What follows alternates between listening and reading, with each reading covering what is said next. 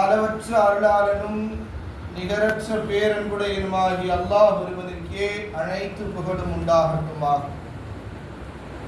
இருளக தூதர் கருணை நாயகம் காருண்ய நபிகள் நாயகம் ஸல்லல்லாஹு அலைஹி வஸல்லம் அவர்கள் மீதும் அவர்களுடைய அடிச்சுவடுகளை அப்படியே பின்பற்றிய சத்திய சஹாபாக்கள், சன்மார்க்க தொண்டர்கள், தாபியங்கள், தபக தாபியங்கள், உலமாக்கள், சுகதாக்கள், வலிமார்கள், இறைநேசர்கள், குறிப்பாக அல்லாஹுடைய அடியார்களாக இருக்கக்கூடிய நம்மின் மீதும் அல்லாஹுடைய வற்றா கிருபை என்றென்றும் கொண்டு நிலவட்டுமாக.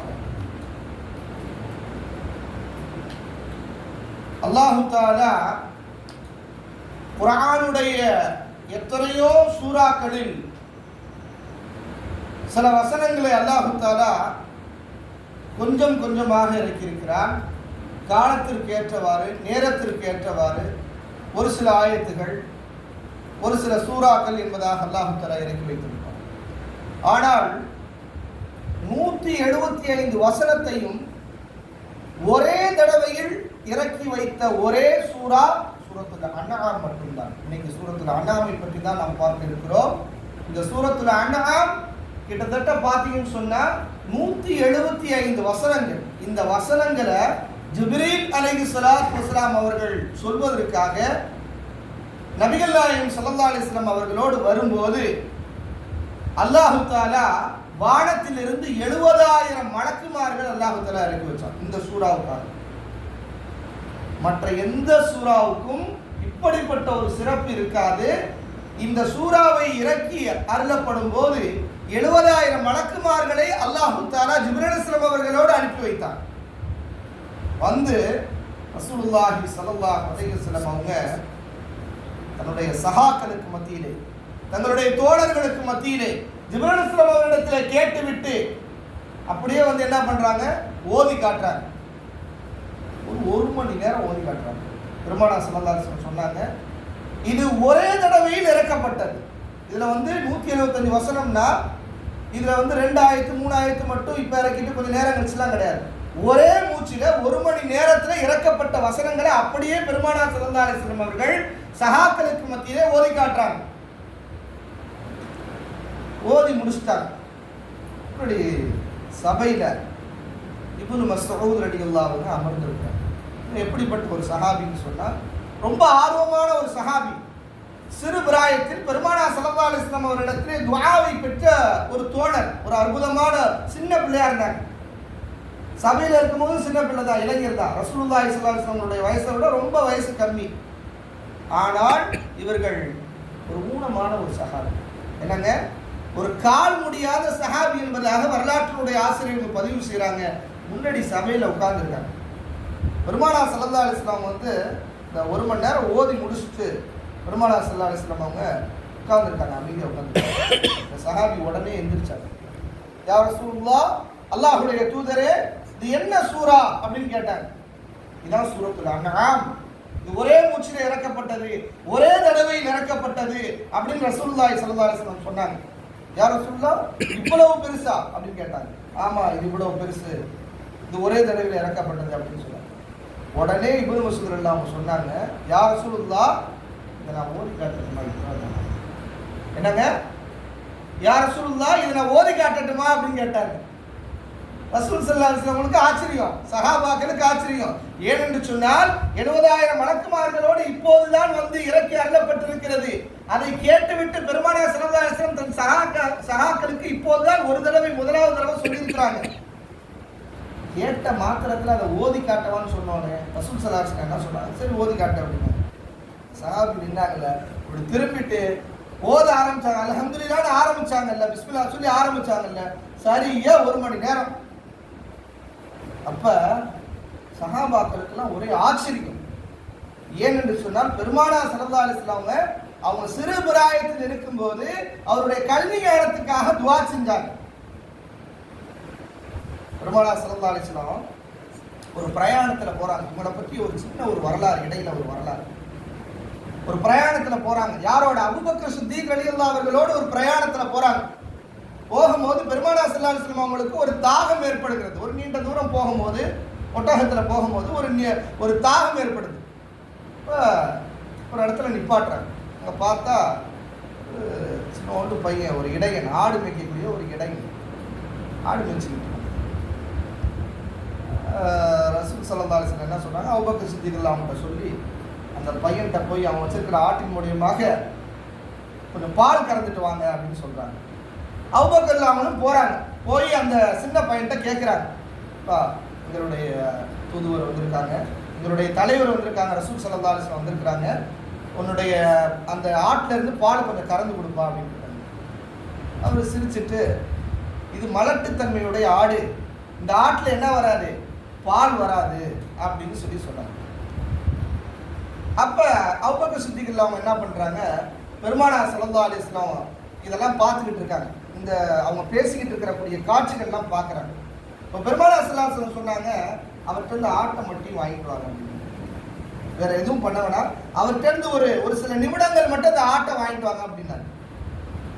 அப்போ ரசூல் ஸல்லல்லாஹு அலைஹி வஸல்லம் என்ன பண்ணாங்க, அந்த ஆட்டை கையில் கொடுத்தோன்னே அதனுடைய மடியில் பெருமானார் ஸல்லல்லாஹு அலைஹி வஸல்லம் கைகளை வச்சுட்டு துவா செஞ்சாங்க. துவா செஞ்சோடனே அந்த மடியிலேருந்து பால் வர ஆரம்பிச்சிருச்சு. அந்த பாலை பெருமானார் ஸல்லல்லாஹு அலைஹி வஸல்லம் குடிச்சிட்டு நிறைய, அதாவது அவங்க கறந்ததே கொஞ்சம், ஆனால் குடிக்க சஹாபாக்கெல்லாம் குடிச்சிட்டு அந்த பையன்கிட்ட கேட்குறாங்க, அந்த சின்ன பையன்கிட்ட கேட்குறாங்க, தம்பி இந்தாப்பா நீனு கொஞ்சம் குடிச்சிட்டோம் அப்படின்னு. அந்த பையனுக்கு ஆச்சரியம் ஆயிடுச்சு. என்னடா ஒரு மலட்டுத்தன்மையுடைய ஆட்டில் இவங்க கையை வச்சோன்னே என்ன வந்துருச்சு, பால் வர ஆரம்பிச்சிருச்சு அப்படின்னு சொல்லிட்டு, இந்த பாலெல்லாம் எனக்கு வேணாம், என்ன சொன்னீங்க, அந்த மடி கறக்கும் போது என்ன வார்த்தைகளை சொன்னீங்க, அந்த வார்த்தைகளை எனக்கு கற்றுக் கொடுங்க அப்படின்னு. அப்ப இந்த சூறாவுக்கு அல்லாஹ் தஆலா நிறைய விஷயங்களை இந்த சூறாவில் நம்மளுக்கு படிப்பினையாக ஆக்கி கொடுக்கிறான். அதுவும் பிரதானமாக கால்நடைகள் என்பதாக அல்லாஹ் சொல்றான்.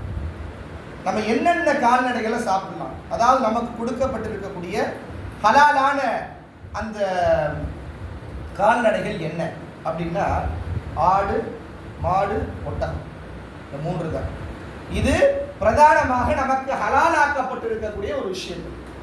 இப்ப இதுல முதலாவதாக ஒட்டகத்தை எடுத்து பார்க்கலாம். அல்லாஹ் தஆலா குர்ஆன்ல ஒரு வசனத்தை சொல்றான், அஃபலா யன்துரூன இலல் இப்லி கைஃப குலிகத். அல்லாஹ்வுடைய படைப்புல எத்தனையோ படைப்பு இருக்குது, எவ்வளவோ படைப்பு இருக்குது, எத்தனையோ ஜீவராசிகள் இருக்கு, எத்தனையோ குருவி இருக்குது, எத்தனையோ படைப்புகள் இருக்கு, வரிக்குதிரை இருக்கு, என்னென்னமோ இருக்கு. ஆனா இந்த படைப்பை பார்த்து அல்லாஹ் சொல்றான், இந்த ஒட்டகத்தை பார்த்து அல்லாஹ் சொல்றான், அஃபலா யன்துரூன இலல் இப்லி கைஃப குலிகத். ஒட்டகம் எப்படி படைக்கப்பட்டிருக்கிறது என்பது நீங்கள் பார்க்கவில்லையா அப்படின்னு அல்லாஹ் கேட்கிறான். கிட்டத்தட்ட 11 நாட்கள் தண்ணீர் இல்லாமல் பயணிக்கக்கூடிய ஒரு பிராணி என்னங்க, ஒட்டகம். அல்லாஹ் தஆலா இந்த ஒட்டகத்துக்கு இருக்கக்கூடிய ஒரு குணாதிசயங்கள், அதனால தான் ஒட்டகத்தில் இருக்கக்கூடிய குணாதிசயங்கள், அதை சாப்பிடும் போது அதே போன்ற குணாதிசயங்கள் தான் மனிதனுக்கு வரும். அல்லாஹ் தடுத்திருக்கான்னு அதை ஒருத்தவன் சாப்பிட்டா அப்படின்னு சொன்னா அதற்கு தகுந்தாபடி உள்ள குணாதிசயங்கள் வரும். அதுக்கு ஒரு சிம்பிள் உதாரணம் என்ன அப்படின்னா, ஒட்டகத்தை நம்ம சாப்பிட்டோம் அப்படின்னா ஒட்டகத்தினுடைய குணாதிசயங்கள ஒரு குணாதிசயம் என்னன்னா, பொது இடங்கள்ல எங்கேயுமே, அதாவது புணரக்கூடிய ஒரு விஷயத்தை வெளிப்படுத்தாது. தன்னுடைய இனத்தோடு புணரக்கூடிய, உடலுறவு செய்யக்கூடிய ஒரு புணரக்கூடிய விஷயத்தை வெளிப்படுத்தாது.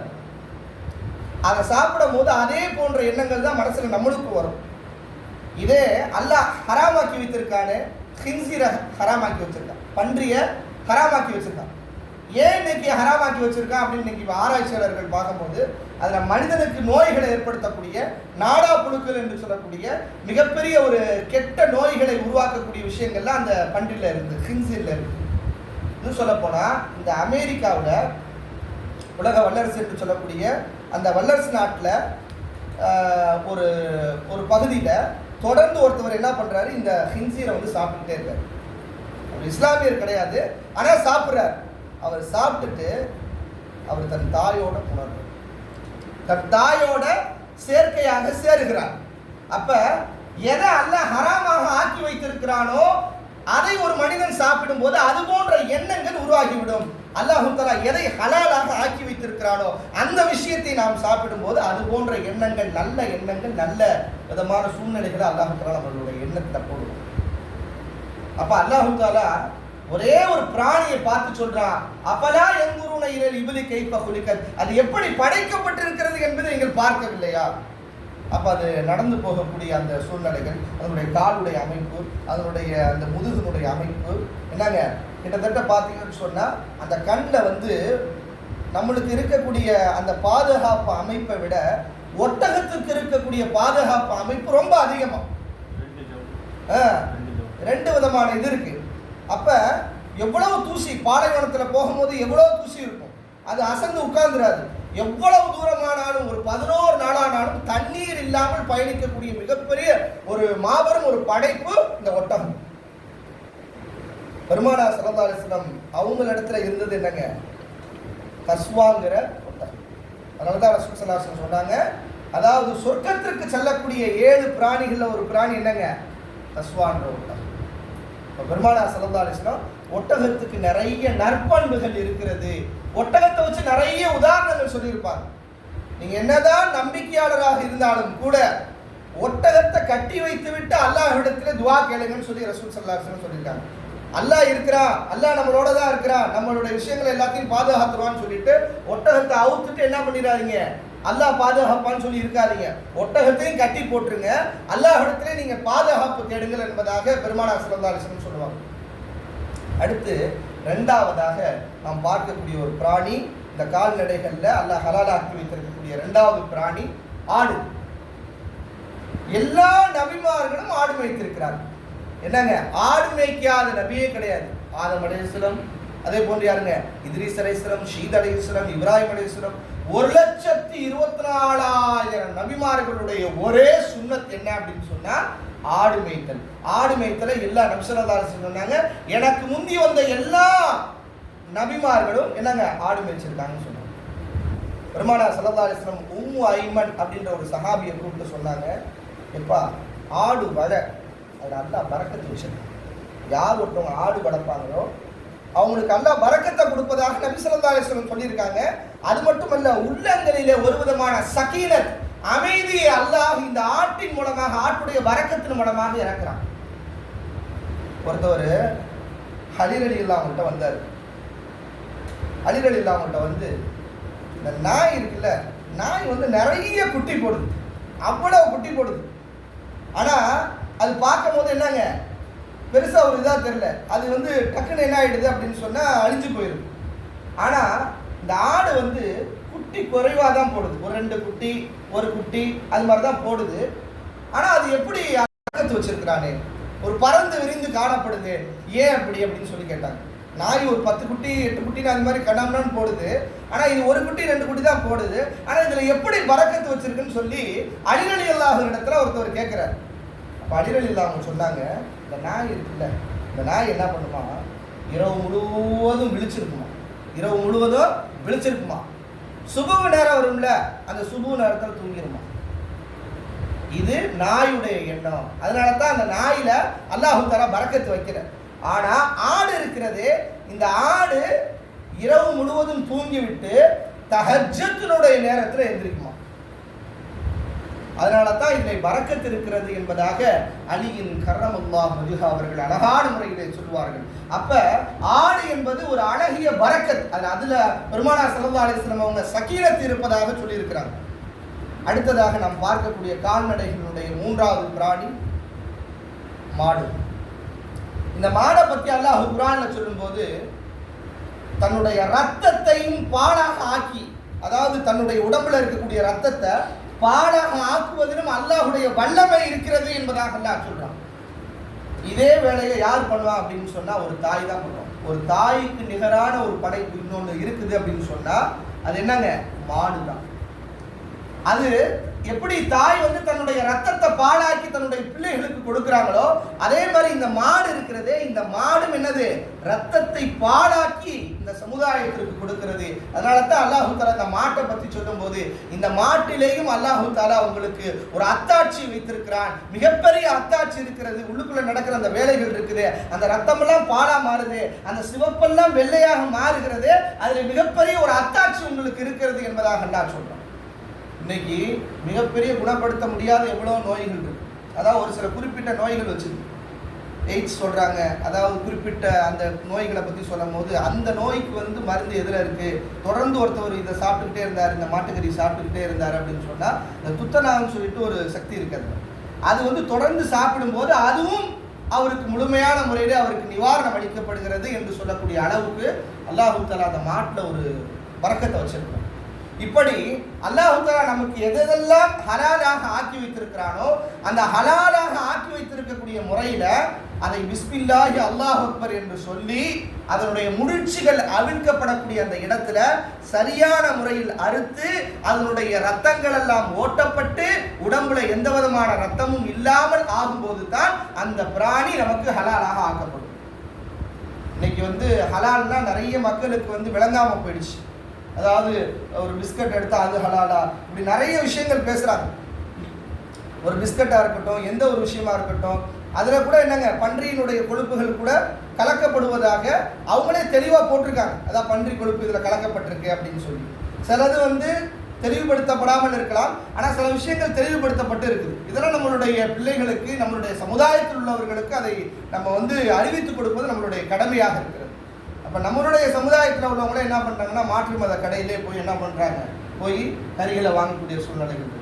நம்மளே போய் என்ன பண்ணலாம் தாராளமான முறையில், அப்படி நீங்கள் மாற்று மத கடையில் தான் நீங்கள் வாங்குறீங்க அப்படின்னா கூட நீங்கள் அருங்க, என்னங்க நீங்கள் அருங்க, நீங்கள் அறுத்து அந்த இடத்துல வாங்குறதுல தப்பு கிடையாது. ஆனால் பிறர் அறுக்கப்பட்டு விட்டதாக சொன்னால், ஒருவர் வேலை செய்யக்கூடிய ஒருத்தர் அறுத்துட்டாரு இதை ஹலால் தான் அப்படின்னு சொன்னால் நீங்கள் அதை வந்து நீங்கள் வாங்க வேணாம். உண்மையிலே உங்களுக்கு தெரிஞ்சிச்சு அவர் இபாதத்தானவர், அவர் கடை போட்டிருக்கிறார், ஒரு பிஸ்மில்லா சொல்லி அறுக்கிறாரு அப்படின்னு உங்களுக்கு தெரிஞ்சா அதில் ஊர்ஜிதமானால் நீங்கள் அழகான முறையில் அதை ஹலால் என்று சொல்லி அல்லாஹ்வுடைய நம்பிக்கையில் அதை சாப்பிடுங்க. யார் ஒருத்தவங்க ஹலால் அல்லாத ஒரு பிராணியை ஏதாவது சாப்பிட்றாங்க அப்படின்னு சொன்னால் 40 நாட்கள் அவருடைய துஆ ஏற்றுக்கொள்ளப்படும். ரசூல் ஸல்லல்லாஹு அலைஹி வஸல்லம் சொன்னாங்க 40 நாட்கள் அவருடைய துஆ ஏற்றுக்கொள்ளப்படாதுன்னாங்க. அப்போ 40 நாள் கழிச்சு தான் அடுத்து. அப்போ அதிலிருந்து அல்லாஹ் தஆலா நம்மை பாதுகாப்பானாக. அல்லாஹ் தஆலா இந்த சூரத்துல் அன்ஆமின் மூலம் நமக்கு நிறைய விஷயங்களை ஹலாலாக ஆக்கி கொடுத்திருக்கிறார். அவனுக்கு நன்றி செலுத்தவும் நாம் கடமைப்பட்டிருக்கிறோம். வாஹிர் தஅவானா அல்ஹம்துலில்லாஹி ரப்பில் ஆலமீன். அஸ்ஸலாமு அலைக்கும் வரஹ்மத்துல்லாஹி தஆலா வபரகாத்துஹு.